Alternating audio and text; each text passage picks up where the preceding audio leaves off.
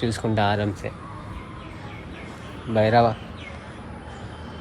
ఇది మొత్తం ఫ్రెండ్స్, ఇదంతా వచ్చేసి మొత్తం హన్మకొండ. మీకు ఇక్కడ చిన్న భైరవుడు కనబడతాను, బేబీ డాగ్ తోటి. సో ఇది పద్మశమ్మ గుట్ట.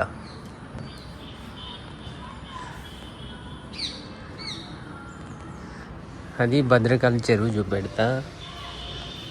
సో ఇన్కరెక్ట్ టైంకి రాలే మనం, వీళ్ళు కూడా మర్చిపోతున్నారు. అది భద్రకాళి చెరువు. ఆగవే నువ్వు అసలు మీ వాళ్ళగా.